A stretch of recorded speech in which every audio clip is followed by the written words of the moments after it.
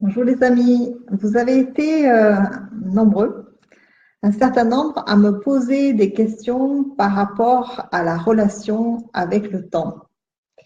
Vous avez été aussi curieux de savoir comment on choisissait entre les plaisirs éphémères et puis le reste du temps, comment on gérait son temps et quel était son mode de relation avec le temps.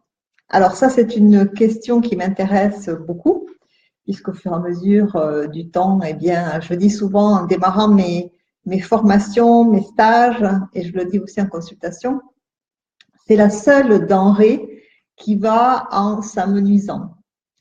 L'argent, eh il y a des moments où on en a plus que d'autres. On est plutôt dans des hauts, dans des bas sur certains biens matériels.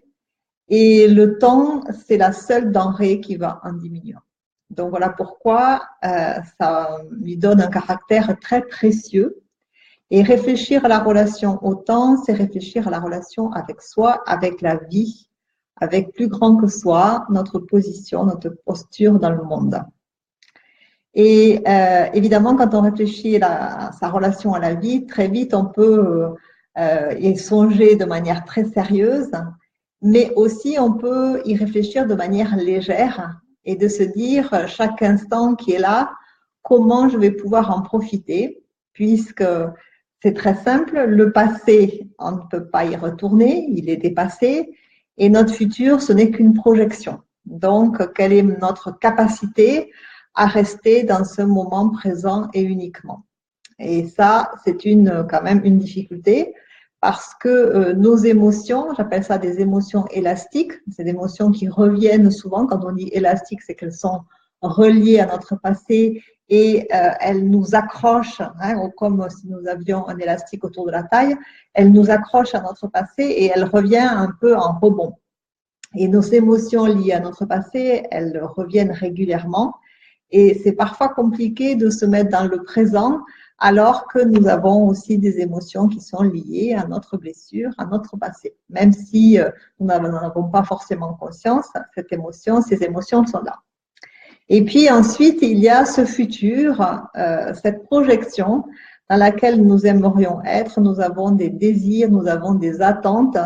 Et notre cerveau, il a cette capacité, cette belle capacité à vouloir anticiper les événements, les situations, les choses. Alors ça, c'est à la fois un point fort parce que dans cette anticipation, ça va nous donner l'occasion de nous organiser, d'avoir un certain contrôle sur notre vie, sur les situations, sur les événements, sur les tâches au quotidien. Donc, ça va nous donner une certaine puissance.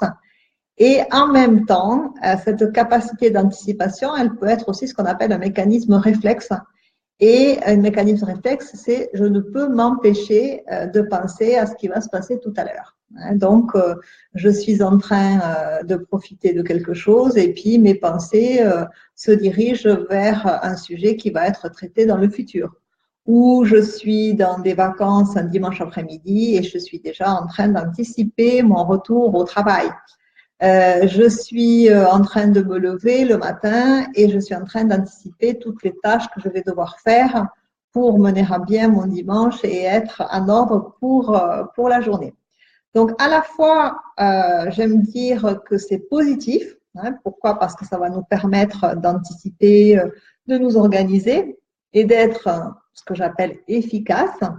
Et puis, il y a des moments où ça nous encombre. Pourquoi? Parce que pendant que nous faisons ça, nous ne pouvons pas profiter pleinement de ce qui se passe ici et maintenant, parce que notre vie, elle est bien ici maintenant, elle n'est pas ailleurs, elle n'y est pas à demain. Alors, quand on parle des plaisirs, eh bien oui, ces moments de plaisir, on appelle ça des moments de bonheur, des moments de bonheur où on est complètement associé à ce que l'on fait. On est en train de partager un repas entre amis, on est en train de déguster un plat préparé avec beaucoup de soin et de gentillesse. Eh bien, on va repérer dans toutes les saveurs les épices, la cuisson, les saveurs épicées. Et puis, tout en mangeant, eh bien, nous avons une conversation avec des amis qui nous plaît. Et là, à ce moment-là, nous ne sommes pas en train d'anticiper ce qui va se passer tout à l'heure. Nous sommes là, ici et maintenant, et nous profitons. C'est vraiment notre capacité à être dans l'instant. Mais pour ça, il va falloir avoir un peu de contrôle sur nos pensées. Ce contrôle-là, ça consiste en quoi? C'est de se dire chaque fois que je sens que mes pensées partent dans mon avenir, eh bien, c'est ma capacité à revenir en disant on n'y est pas. Demain, on n'y est pas. Je profite jusqu'au bout de cette dernière après-midi avant mon retour au travail. Je profite pleinement de ces instants qui sont importants avec mes amis avant de me préparer pour aller prendre le train parce que je pars en mission. Et je suis là, je dirais, jusqu'à la dernière seconde. Alors, c'est aussi une métaphore de notre vie. C'est comment nous allons profiter jusqu'au bout de notre vie sans forcément tout anticiper, en ayant la surprise de l'instant et en profitant du mieux possible de nos cycles. Alors ça, c'est aussi un vaste sujet que je rencontre en accompagnant beaucoup de femmes, parce que vivre son cycle, c'est aussi complètement accepter son âge. Son âge, la décade dans laquelle nous sommes. Eh bien, c'est-à-dire que si nous sommes dans une décade de 40 ans, comment on va accepter et vivre pleinement cette décade sans regretter la décade précédente? Si on est dans une décade de 50, comment on va être à l'aise dans cette décade sans regretter celle des 40 et celle de 60, le même processus. Donc, c'est aussi notre capacité à accepter ce qui est, à lâcher prise en se disant, eh bien, je suis là dans cette période et je vais profiter pleinement de cette période parce que si je ne profite pas de cette période, je vais toujours être en décalage. Je vais être toujours en décalage. Je vais vouloir être à une autre période alors que celle-ci, elle est terminée. Et je vais toujours, je dirais, être complètement à contre-courant. Donc, une des manières d'être paisible avec la vie, c'est de pouvoir accepter au fur et à mesure, je dirais, l'éloge du temps qui passe, même si ce n'est pas simple, et nous pouvons tous être traversés d'un sentiment que moi je connais aussi à certains moments, un sentiment de nostalgie. La nostalgie, c'est notre capacité à nous dire c'était mieux avant, c'était mieux avant. C'est comme si c'était un voile qui recouvrait des souvenirs, avec un voile lié avec de la mélancolie, une certaine, je disais, nostalgie, un amour pour le passé, une comparaison avec le passé qui fait que, eh bien, j'ai un petit peu, à certains moments, des difficultés à rester dans mon présent sans me mettre dans une idéalisation de mon passé. Donc, notre rapport au temps va être lié à toutes ces données, à la fois ce passé qui n'est plus et comment je vais pouvoir à la fois profiter de mes expériences mais sans y retourner en permanence pour y penser, à la fois pouvoir anticiper un petit peu mon futur pour être organisé et prévoir des événements qui vont jalonner ma vie, ça c'est important. Mais bien sûr, le plus important, c'est ma capacité à revenir dans ce présent pour pouvoir dire j'en ai profité, j'étais là avec mes 5 sens, j'ai tout vu, j'ai tout entendu et je me souviens. Pourquoi? Parce que la plupart du temps, les personnes me disent je n'ai pas de mémoire.